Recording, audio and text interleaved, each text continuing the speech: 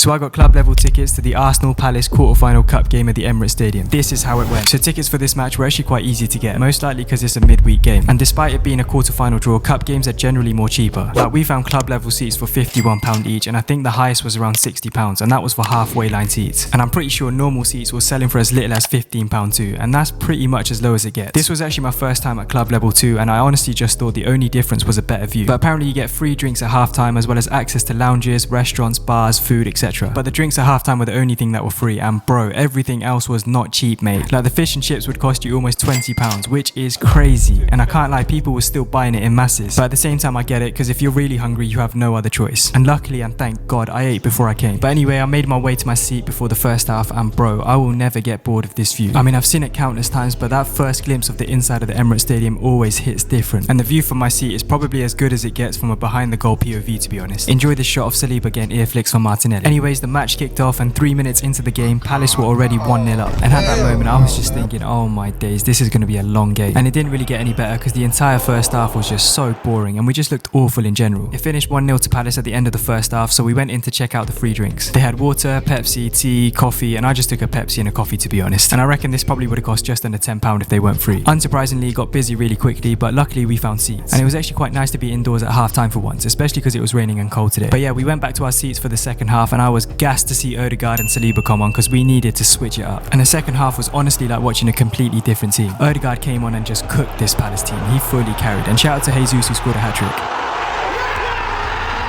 The second half in general was way more enjoyable and entertaining to watch. I was loving it. It was 3-2 with seconds to go, and I can't lie, Palace had me nervous. I was literally looking at the clock every 10 seconds. But the ref blew the final whistle, and we got the W in the end. Overall, at £50, these club level seats were definitely worth it, and the second half made this game worth coming to watch. Bring on the semis, mate. I want Liverpool in the next round.